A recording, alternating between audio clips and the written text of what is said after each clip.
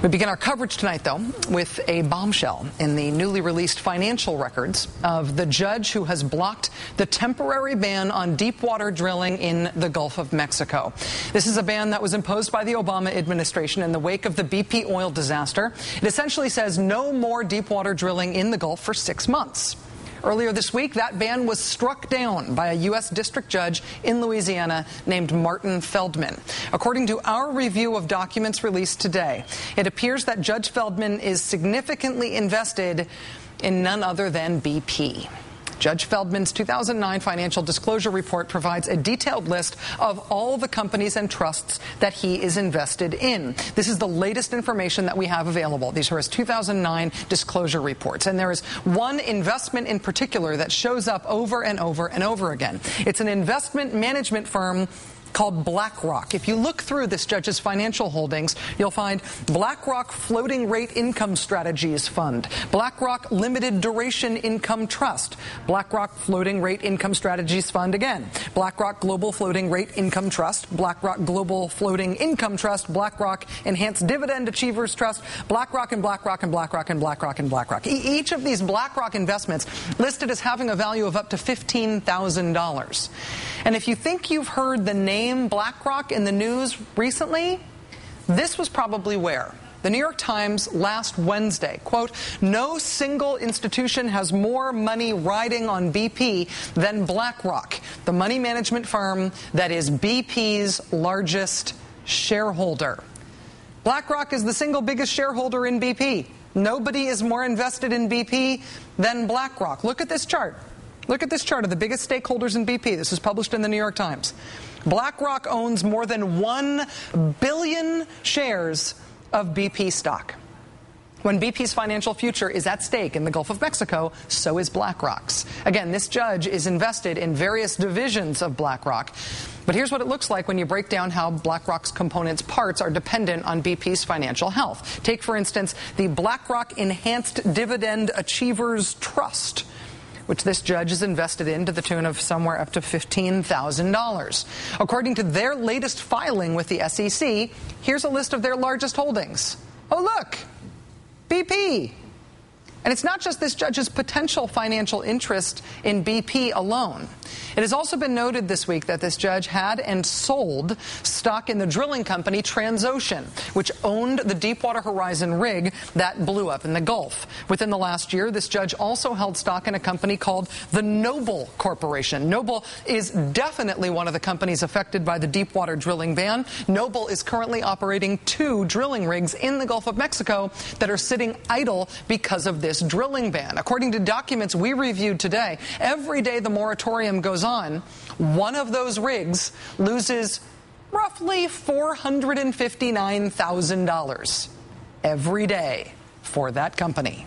Again, this judge previously owned stock in Noble, but those shares appear to have been sold last year.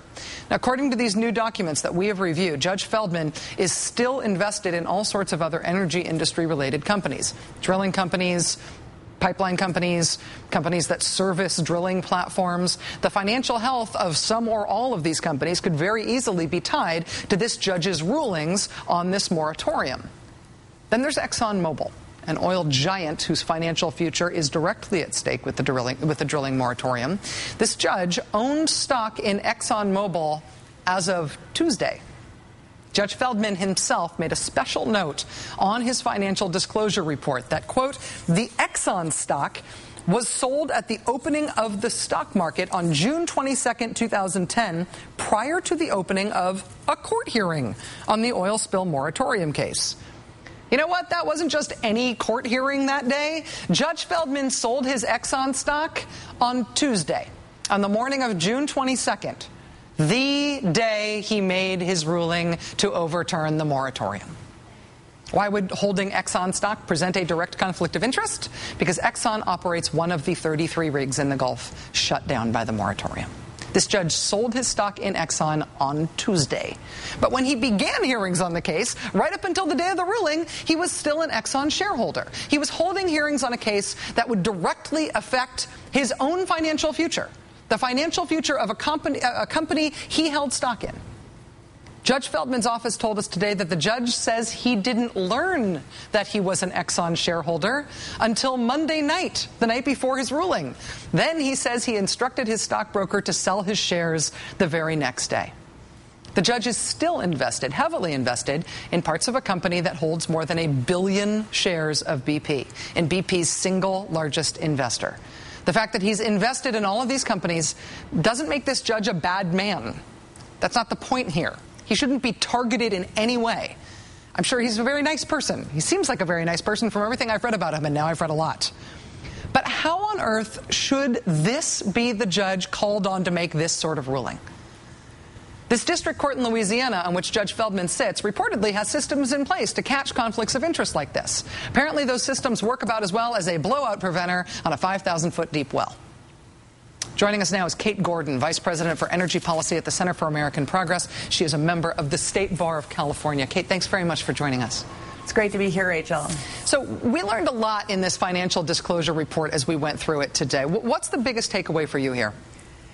I mean, this is just amazing to me. We're talking about a judge deciding the highest profile case on energy and oil in the country, whose dividend checks depend on the outcome of a case that he's deciding. And that doesn't seem to be a problem for him. It's sort of incredible. If you leave aside all of the other energy-related stocks held by this judge, and we went through trying to learn as much as we could about all of the different energy companies that he's invested in. There's a lot, and it took a lot of time. Even if you don't consider all of those, though, he owned Exxon stock while he was holding hearings in this case. Even if that was the only thing that was true, wouldn't that alone disqualify him from getting this case? Shouldn't that have led to a recusal? Absolutely. Any stock that he owned where there was a direct relationship. Again, we're not talking about somebody who owned some shares of some oil companies that were in the same industry as BP. We're talking about shares in a company with a rig directly impacted by the moratorium, with hundreds of thousands of dollars of potential lost every day the moratorium is in effect. That means that every day that a judge decides the moratorium isn't in effect is essentially money in the pocket to that company, and therefore money in the pocket to the shareholders. There's a direct connection. Kate, tonight the Justice Department filed an emergency request with the U.S. Court of Appeals to put a hold on this judge's decision. There's a number of grounds on which they are appealing the case, but in your view, do they have a case in terms of this apparent conflict of interest? Is this specifically the kind of thing that might help the government's case? I think it is. You know, it's often said that many of the judges down there own oil stocks, and I think that's right. It's 50 to 60%. But so many cases come up about oil down there that I mean, those courts have got to have a list of judges that don't have oil stocks. And I think that in this case, such a high-profile case with so much public attention focused on it, this is exactly the situation where you go to your list and you say, okay, who are we going to get who absolutely has no conflict in this case?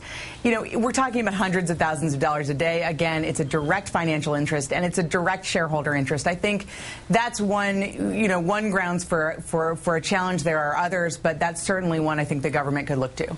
Kate Gordon, Vice President for Energy Policy at the Center for American Progress. Thanks very much for joining us. Really appreciate your time. Thanks, Rachel.